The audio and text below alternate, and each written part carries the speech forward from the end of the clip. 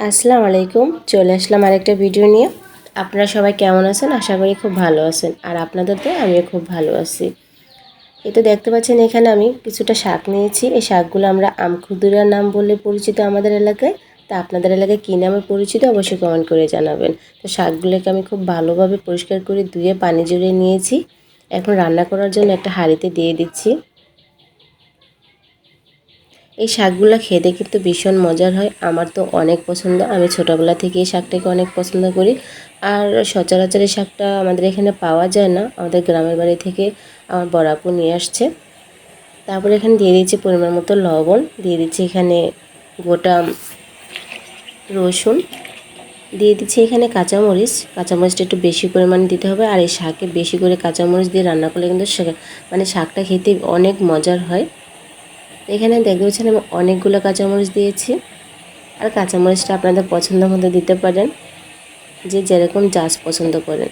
দিয়ে তারপর খুব ভালোভাবে নাড়াচাড়া দিয়ে মিশিয়ে দিতে হবে। অল্প সময়ে শাকটা রান্না হয়ে যায়। আরেকটা কথা, আমি শাকটা আজকে রান্না করব তেল ছাড়া, একদমই এখানে তেল ব্যবহার করব না।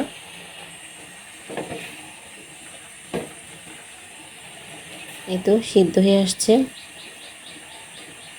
কত সুন্দর একদম সবুজ সবুজ হয়েছে।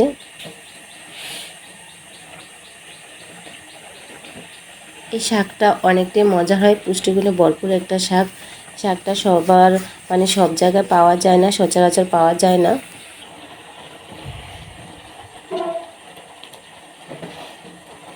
আপনারা কীভাবে এই শাকটা রান্না করেন অবশ্যই আমাকে কমেন্ট করে জানাবেন। আমি যেভাবে রান্না করি ঠিক ওইভাবেই আমি রান্নাটা করলাম আর আপনাদের সাথে শেয়ার করলাম। পানিটা শুকিয়ে আসা পর্যন্ত অপেক্ষা করতে হবে।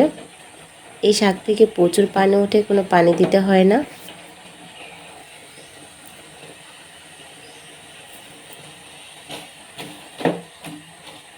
পানি শুকিয়ে আসলে এখানে ডাল গোটার যে মেশিনটা আছে না, ওই যন্ত্রটা দিয়ে খুব ভালোভাবে এটাকে ম্যাশ করে নিতে হবে। এটা দেখতে পাচ্ছেন এভাবে ম্যাশ করে নিতে হবে।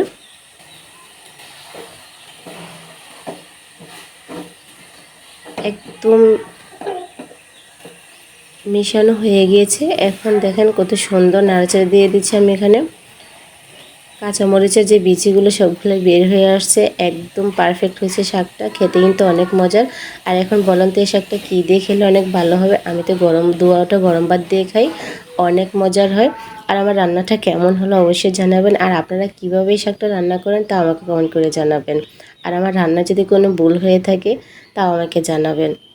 আর এই শাকটা অবশ্যই একবার হলে ট্রাই করবেন। আল্লাহ হাফেজ।